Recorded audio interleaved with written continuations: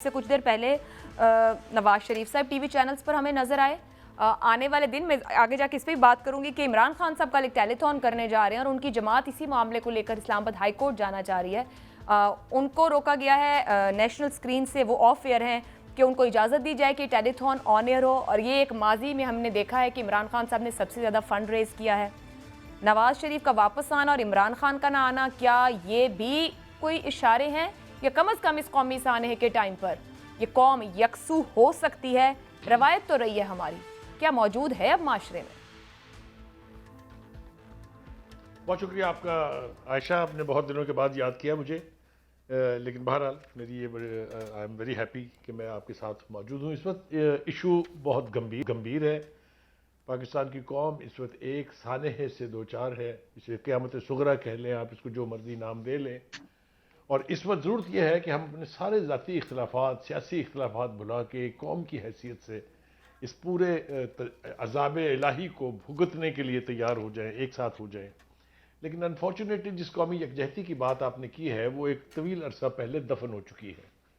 वो जो एक रवायत थी पाकिस्तान के बारे में कि जब कोई नेशनल क्लैमिटी आ जाए या कभी पाकिस्तान की सरहदों पर कोई ख़तरा आ जाए तो ये कौम एक हो जाती है, उसको डिवाइड करने का अमल मुकम्मल हो चुका है। कौन जिम्मेदार है इसका इस वक्त नेमिंग नेम्स की ज़रूरत नहीं है। मैं आपको 4-5 जल्दी से मिसालें दे देता हूँ। एपीसी में नहीं इनवाइट किया गया, बहुत घटियापन का मुजाहरा किया, हुकूमत ने बिल्कुल बुलाना चाहिए था। वो रवायत के मुताबिक इनकार ही करती, ये भी सबको पता है, मौत की तरह यकीन है कि वो नहीं आती इनके साथ, क्योंकि वो तो इन चोरों और डाकुओं के साथ बैठना नहीं चाहते हैं। अब ये तय होना बाकी है कि बड़ा चोर कौन है, ये थे या ये हैं, क्योंकि चोरियों के बड़े बड़े खौफनाक इल्ज़ाम तो हर तरफ ही हैं।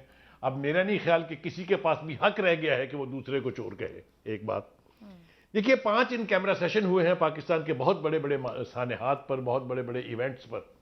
चाहे वो भारत की तरफ से फ़िज़ाई हमला हो जिसमें अभिनंदन पकड़े गए थे, जो हमने इंतहाई एजाज़ के साथ खूबसूरती से 24 घंटे के अंदर अंदर उनको वापस हिंदुस्तान भिजवा के एक अजीबो गरीब किस्म का मार्का सर किया। उसका क्या फ़ायदा हुआ, हिंदुस्तान की तरफ से हमें उसके मुकाबले में क्या रियायत मिली, यह भी पूछने की बात है। उसके बाद कश्मीर हड़प हो गया। जब रिएक्शन के लिए कहा गया पार्लियामेंट में तो इमरान खान साहब ने फरमाया क्या मैं उनके साथ जंग कर दूं? जवाब आपने पेश करना था कि मैं जंग कर दूं। मैं ये नहीं कह रहा कि आप जंग कर देते, लेकिन आप इसके ऊपर खड़े तो होते, अपने कदमों के ऊपर स्टांस तो लेते। कोई सिर्फ एक तकरीर, हम 2 मिनट की खामोशी इख्तियार करेंगे हर जुमे को, कितने जुम्मों को वो खामोशी हुई वो भी सबके सामने है। फिर उसके बाद अफगानिस्तान के ऊपर इसी तरीके से एक कॉन्फ्रेंस हुई। ये इन कैमरा सेशंस की बात कर रहा हूं जिनमें से 3 जो हैं वो पार्लियामेंट में हुई और 2 जीएचक्यू में हुई। उन हर एक में से इमरान खान साहब गायब थे। ये भी रिकॉर्ड की बात है, कोई मैं हवा में बातें नहीं कर रहा हूं।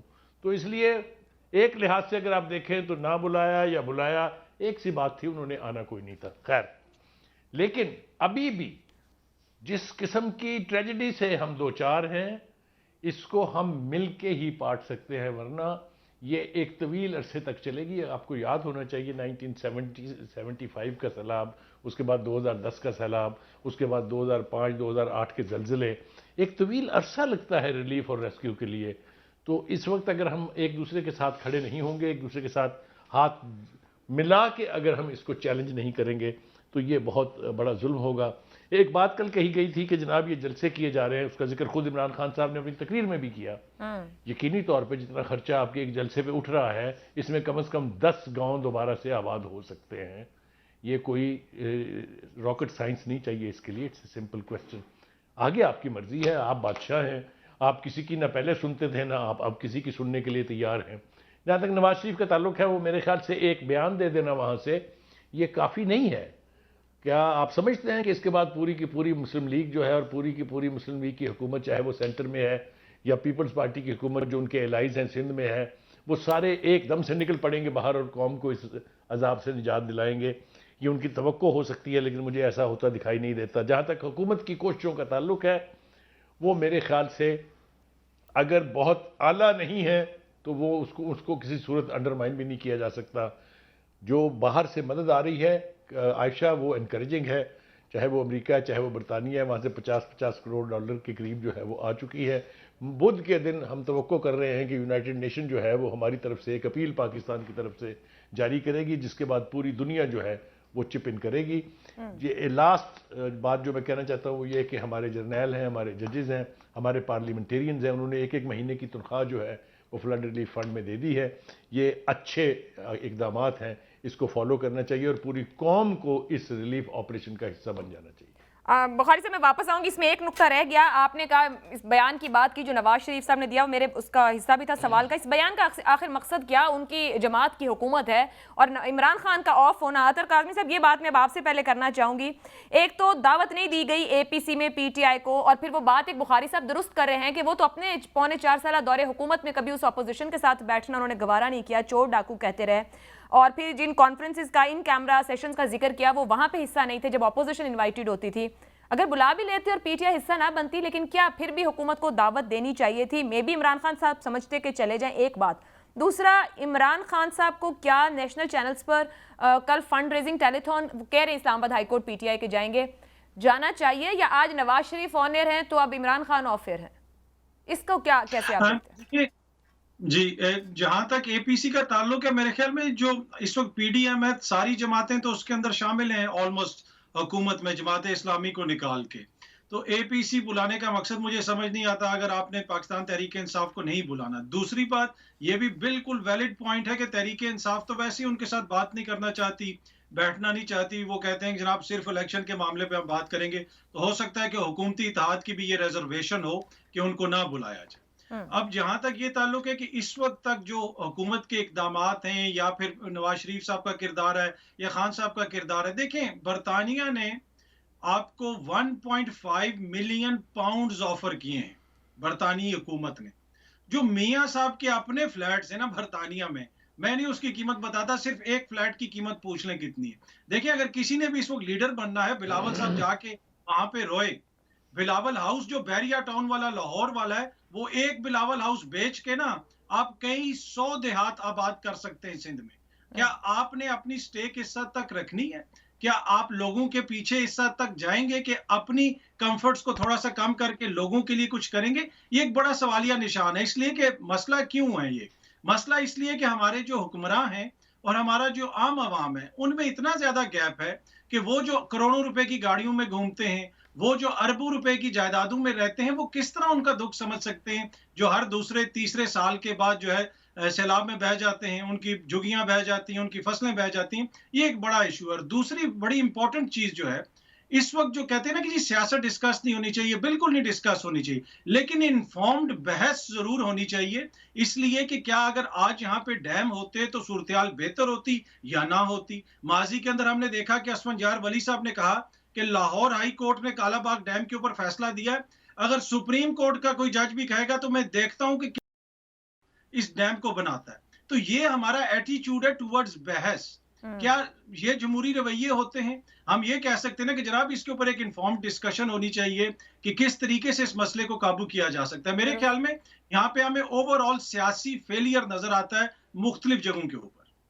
सियासी फेलियर की बात कर रहे हैं, और मैं फिर उसी मामले को बुखारी साहब, क्योंकि अभी जैसे आपने कहा फलां फलां फलां भी फंड्स का ऐलान कर रहा है, यहाँ माजी में हमने ये देखा कि फंड के लिए एक उसका ऐलान अकाउंट का किया जाता है या बताया जाता है। यहाँ पर एक अकाउंट वजीर आजम साहब ऐलान कर रहे हैं, फिर पाक फौज का ऐलान है, फिर चारों सूबों के वज़राए आला के फंड्स का ऐलान है।